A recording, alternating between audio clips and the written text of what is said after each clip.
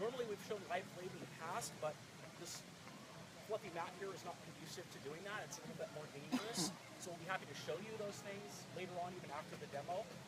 And of course, we're open for questions, or if you want to take photos with us, and that's just fine. So that'll be really good. So today we have a number of different students that have trained all the way from 3 weeks to a number of years. We'll be showing you Kenjutsu, which is the Japanese art of sword combat. Some Iaido, which is sword applications from a surprise attack. Tanto jutsu, which is sword and dagger arts, and also Aiki-Jujutsu, which comes directly from all of those arts. So with that, we'll get our demonstration underway.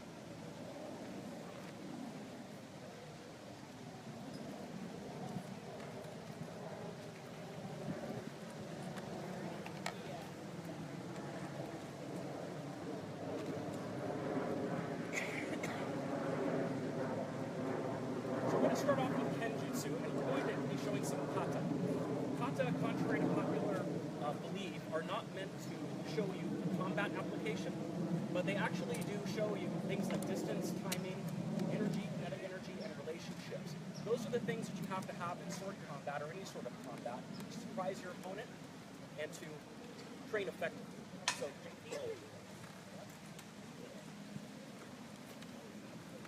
So, with most martial arts demonstrations, we would normally show you things at high speed. It would look fairly impressive. We will show you some of those things today. However, our art is all about deception. So sword combat is about deception. It's a really big chess game. So if we go fast, you won't be able to see these things. And you'd have to actually train in the art to see what's going on. So as we run through this, we're going to do this very slowly. First of all, I will comment, and then you'll see this at a faster speed.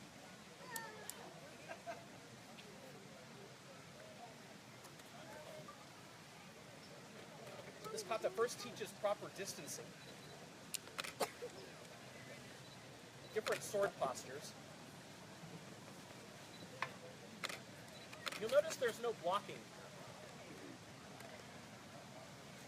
Things against them. So things that you see in Hollywood, all the sword blocks and so on, they don't exist. JP is actually moving directly past Rod's blade. At all times, Rod actually thinks and believes that he can connect with a head cut on JP.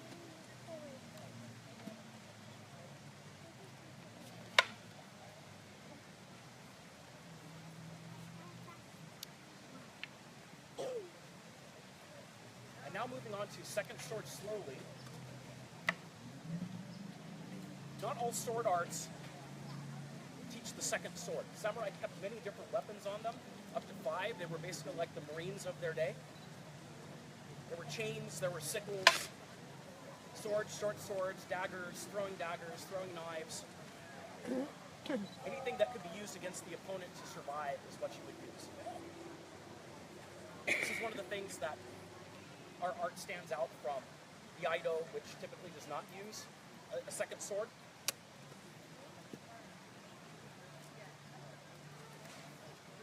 This next kata works on deception.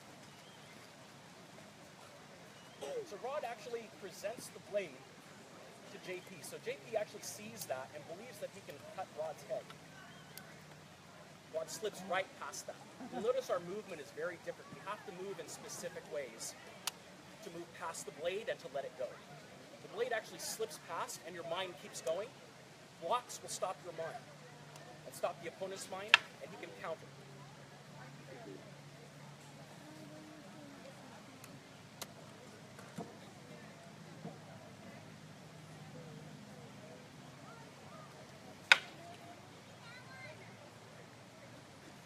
You also notice those draws are interrelated. So there's no 1-2 or 1-2-3 in those draws. Directly in Rod's movement, he's accessing multiple weapons at one time in the middle, so that there's no room for JP to come back and attack him.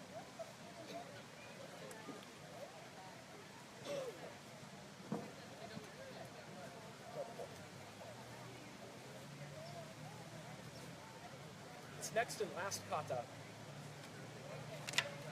uses the natural curvature of the blade. As Rod comes in with a straight attack, the katana is curved. In this case, the boken is the reference to a wooden training weapon. I'll switch so you can see this better. So very slowly, as JP comes down, you see that he uses the angle of the blade to move right through Rod's weapon, and he actually doesn't feel anything as it comes down. So as he tries to cut JP, he himself gets cut down by the blade. And that's a femoral artery strike. You have very little time to live after that femoral artery strike.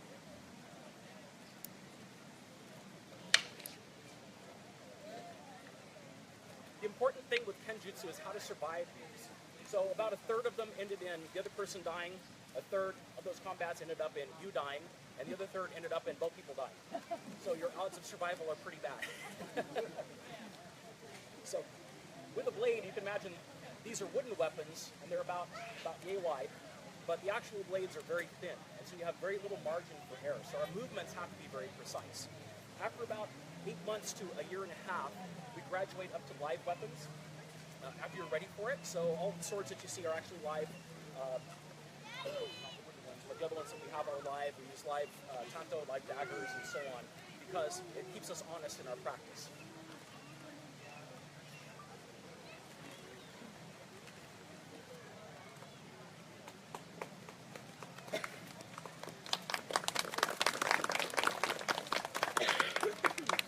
So another aspect of sword combat is Iaido. Jiujutsu is its own discipline. It's being able to access a weapon very, very quickly and understand a situation that's coming in. So I'm going to show you one application. So samurai were ambushed. If you could take out somebody who was a pretty amazing warrior, you would want to do it when they were least expecting it. So a lot of attacks came as surprise attacks from the side or when a samurai was not expecting it. So in this case, okay, all right, so slowly.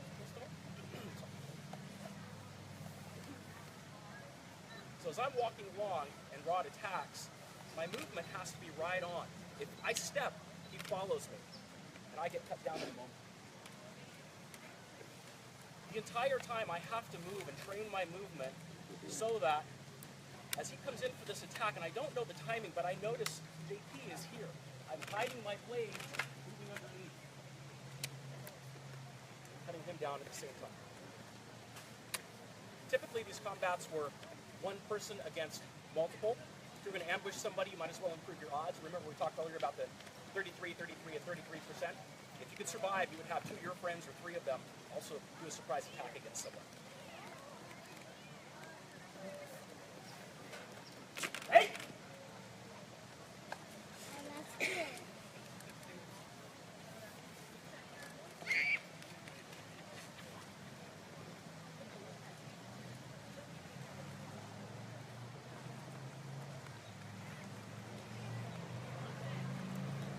So as mentioned earlier, our sword movements actually stem from, our open hand movements actually stem from the sword.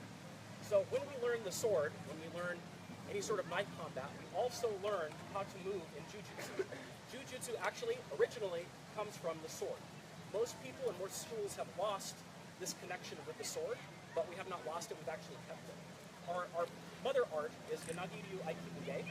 This is the Yoshida family arts that originated in Japan around the 15 or 1600s. This particular time was the Sengoku era in Japan. So the entire country was at war for around 350, 400 years. The samurai arts became very home during this entire time. So the Yoshida arts became very finely honed and also continued on. And so our instructor, James Williams, was a student, and his art got passed through. He also is a combatives expert, and so modern day influences were put into the art. So we don't really qualify for old martial arts at Koryu, but we are a more modern art that is tactically related. So we've actually adapted our training to modern day.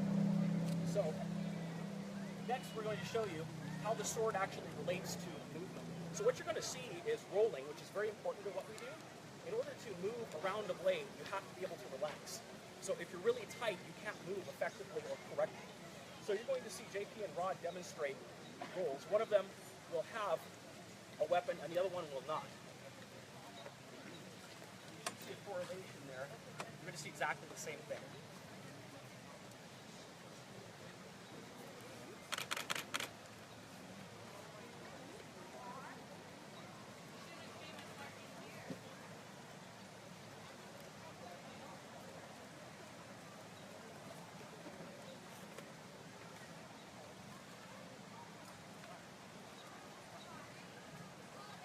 What's interesting is that the roll with the weapon came first. Most people would think that the roll without a weapon came first, but it's not the case.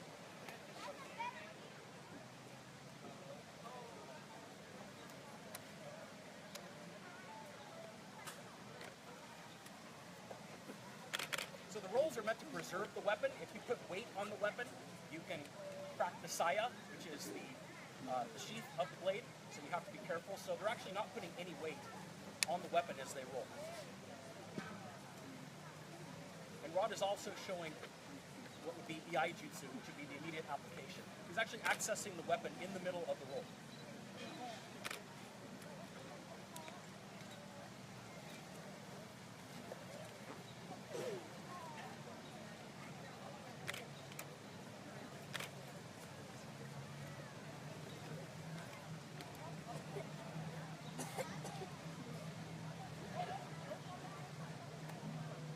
Will now show a few other forms of rolls. So rolls can be done on hard ground, they can be done on concrete, which can't always be said of other arts. So we have to be able to practice that effectively because that's where things really happen. We have a very big personal defense aspect because this art transfers perfectly to personal defense.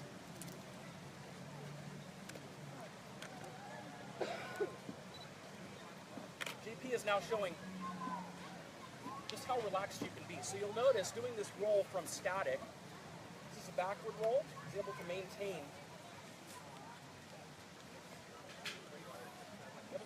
relaxation throughout the entire roll. It's very, very difficult to do that. And that's the sort of relaxation that it takes where you can build it up after a couple of years as you learn the art. Now we're going to move into Tanto Jutsu, so we're going to show you some knife.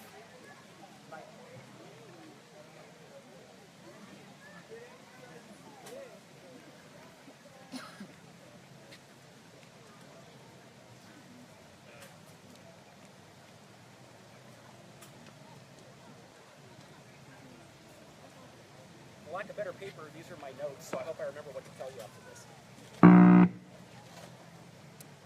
So the blades are real. This is what we have to move around.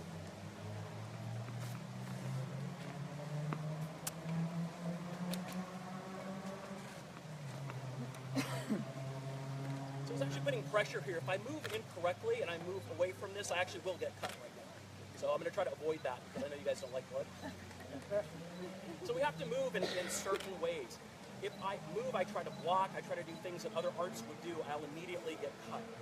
All of our movement stems from relaxation and control of the weapon, now controlling him right through his joint structure. The weapon is inaccessible because I've isolated the bicep, so he can't slash me or stab me at this point. Nor am I going to let him sit here, just to show you that. So, this movement, as we break a few things on the way down so he doesn't get to come back again, we do a little oxygen deprivation right here. Don't leave him with the knife. So we can do this at any angle.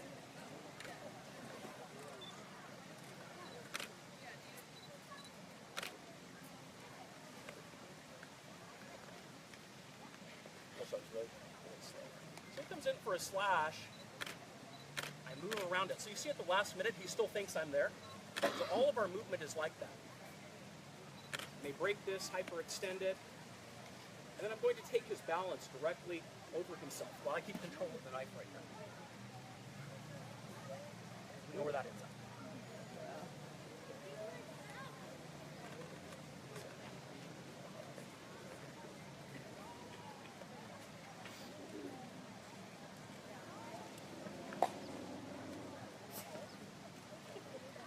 So another part of Tanto Jutsu is being able to move when and access your weapon at the same time.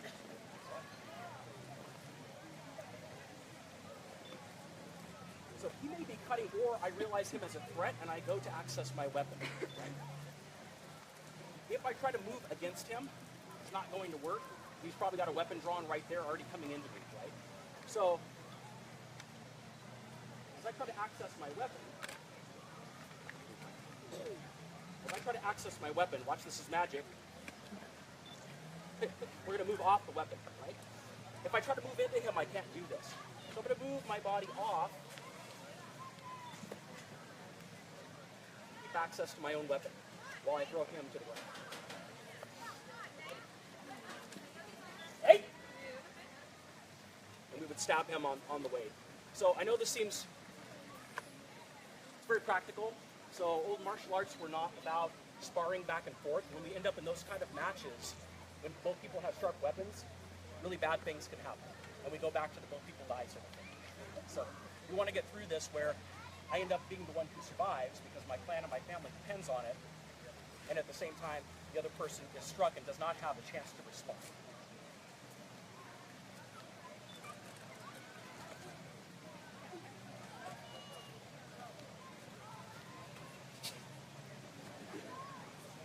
So this is a common one that you will see. This is called kote gaeshi.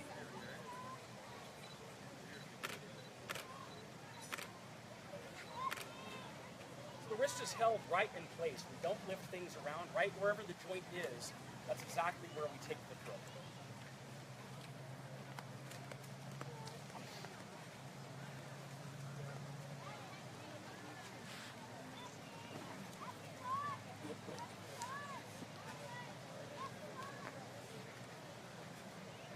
One of our main goals for this is that the attacker is not able to respond.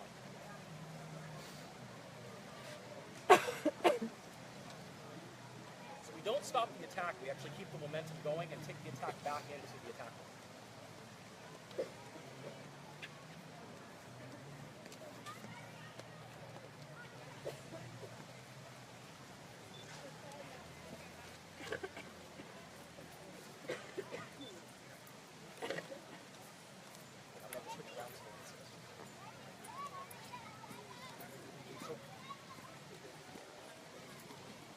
Now turns this attack, bypassing muscle, going directly to the skeletal structure. He has no choice but to turn. This locates the wrist and the arm. It causes damage so the opponent doesn't come back and catch it.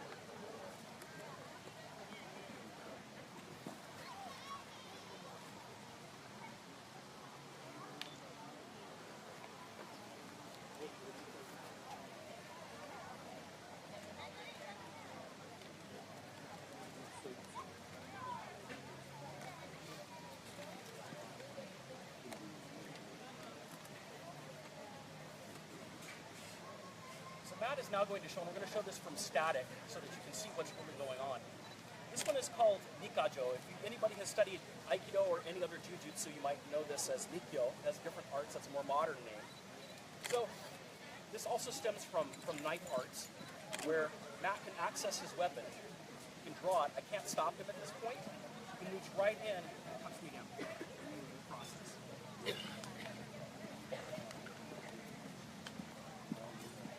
This actually turns my bone structure, which turns the rest of my body.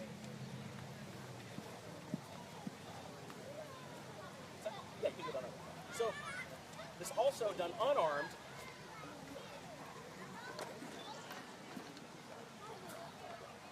We do exactly the same thing. So whatever you learn with a knife, it's exactly what we do open hand as well.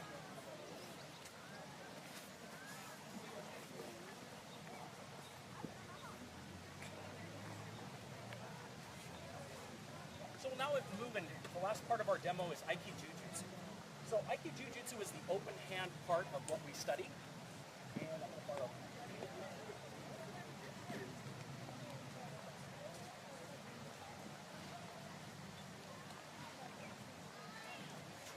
So the sword movements I showed you earlier, we're actually going to apply that right now. I'm actually going to get your book.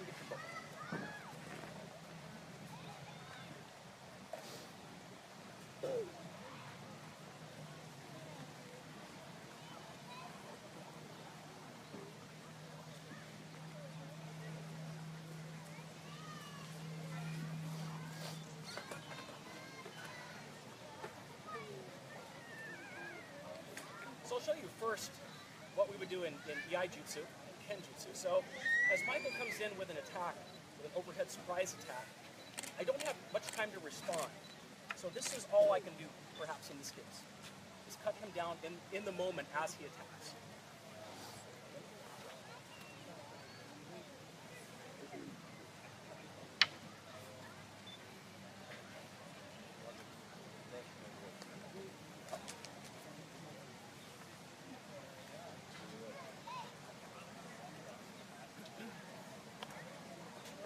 So we can do the same thing without weapons. So as he comes in for a grab, right, we can move in here.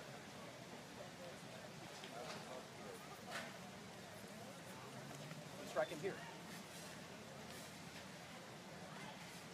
You can see this is all coming from the same thing. Okay? As he comes in for another grab. Right? Now from here, maybe I'll just take his balance. Take him down and break this on the way down if I need to so I can get away. If he has friends, I may need to deal with them. So it's actually applicable the same way. Comes in for another grab or strike, move it here. I can break that on the way through, so it all becomes a practical application. So we're going to show you a bit more Aiki-Jujutsu, and we'll go from there.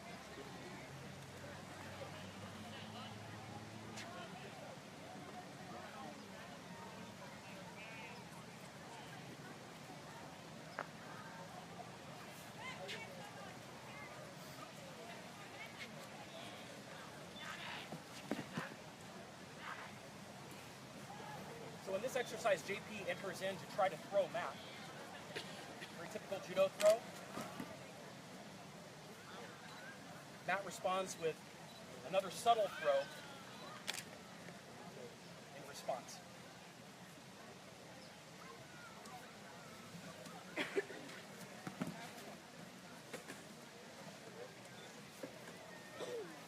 Jabs are very common. Matt moves in with a jab. JP closes the distance. You notice there's no blocking. He moves right past it. Slips right past the punch just as we would do with a sword or an incoming knife. And moves in and takes Matt's balance easily.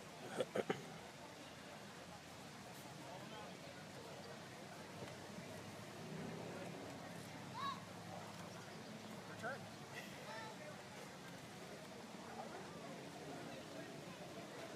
So, this is our special demo. So, Athena has been with us for approximately 3 weeks. She's doing a fantastic job, so she's going to demonstrate rolls with the boken, then without.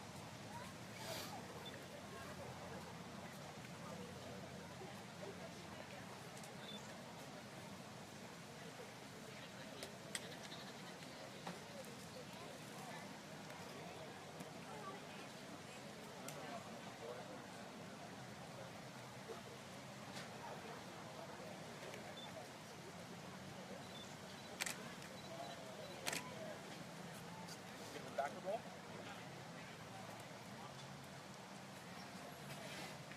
Don't have to. Good choice.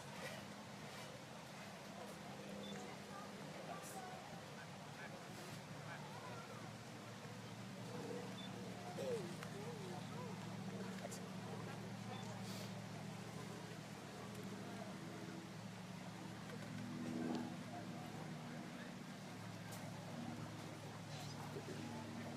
We also learned to have to learn to take rolls from a throw. In 3 weeks, Tina has also worked with that.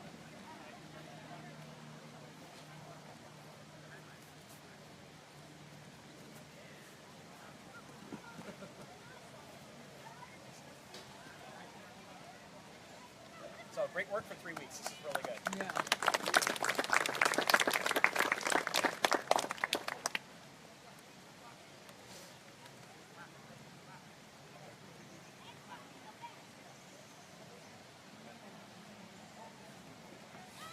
I'll show a little bit more now. So just a few more techniques. So we work from all sorts of different angles. Really common bear hug. If I try to break free from this, rod's really strong, I can't get free of this. So, but if I relax, I can easily move out. So our art is entirely based on relaxation.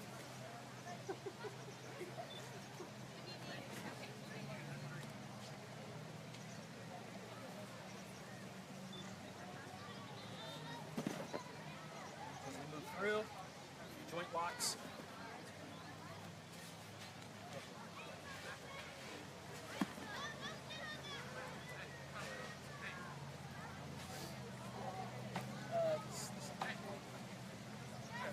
Through with bringing you back for oxygen deprivation, 3 different locks.